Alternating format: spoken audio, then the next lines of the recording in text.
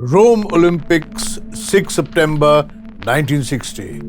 The final of the men's 400 meters track event features a dashing Sikh sprinter standing at the starting line. He is independent India's first athlete to have made it to an Olympics final with the dream of gold in his eyes.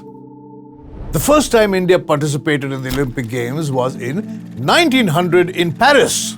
Norman Pritchard, a British Indian athlete, won us 2 silver medals in athletics. India sent its first team to the Summer Olympics in 1920, and it has ever since. However, no other individual athlete has made it this far. With thousands of spectators in the stand, the Sikh sprinter is the favorite to win. He has beaten everyone in his lineup in the past except the American Otis Davis. He shakes off the pressure as he takes his place on the starting block.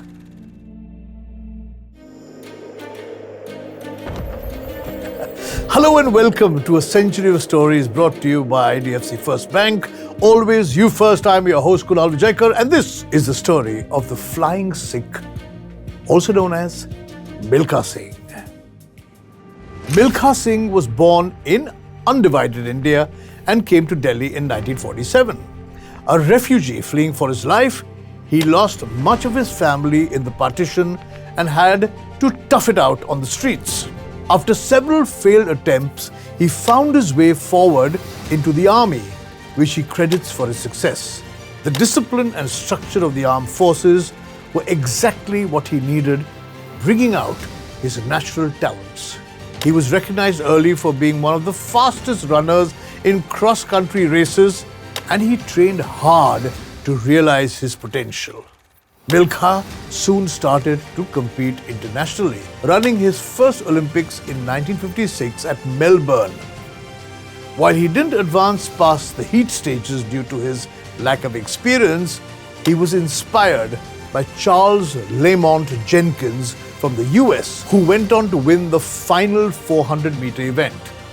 Now, having a strong desire to meet the victor and learn from his routine, Milkha Singh, who spoke not a word of English, took along Mohinder Singh, a participant in the long jump, who could manage to patch together a conversation. Jenkins graciously spent a long time with Milkha, detailing his year-long training plan.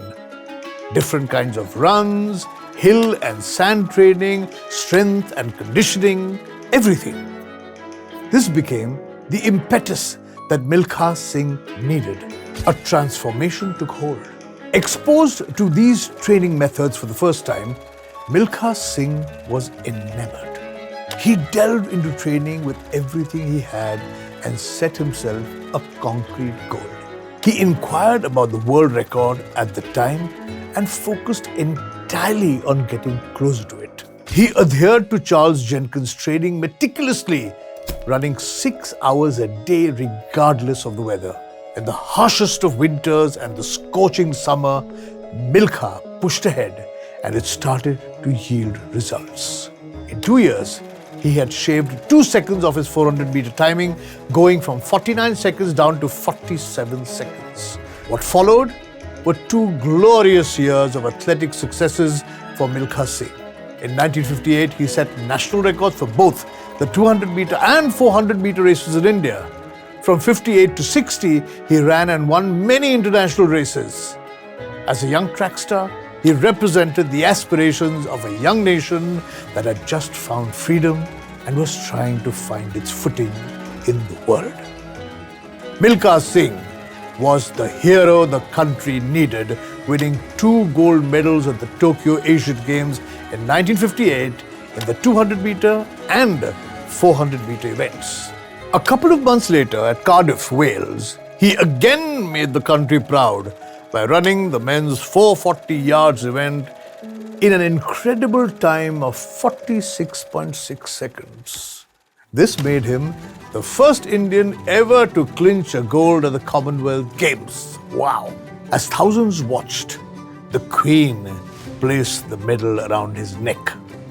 The Indian national flag unfurled, and Milkha Singh's eyes welled up with joy and pride. For this, he received personal appreciation from Prime Minister Pandit Nehru, who sent a warm message through his sister Vijayalakshmi Pandit and declared a national celebration to commemorate his win. No Indian could match this achievement for over 50 years. Until now, discus thrower Krishna Punia won gold at the 2010 Commonwealth Games held in Delhi. Talking about historic sporting events, let's go back to where we started, the 1960 Rome Olympics, 400 meters men's final. A keenly anticipated and hotly contested race that would go on to set some blazing new records. The top contenders are all in their places on the starting block. Otis Davis and Earl Young from the United States, Karl Kaufmann and Manfred Kinder from Germany, Malcolm Spence from South Africa, and representing India, Milkha Singh.